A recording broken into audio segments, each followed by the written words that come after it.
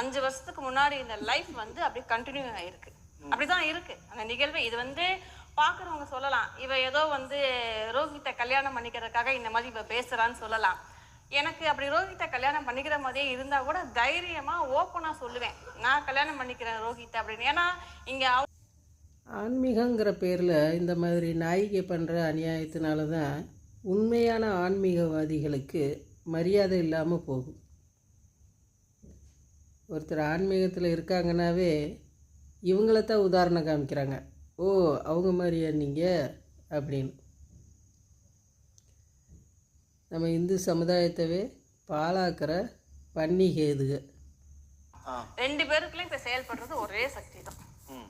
அதே மாதிரி ஏதோ ஒரு ஒரு ஒரு மேஜிக் மாதிரி நடக்கிற விஷயம் இல்லை. படிப்படியாக உங்களுக்குள்ள நிறைய உருமாற்றங்கள் நடக்கும். அதை நீங்கள் வந்து அனுபவபூர்வமாக உணர முடியும். உங்களுக்குள்ள என்ன ஏதோ ஒரு புது பிறவி, ஒரு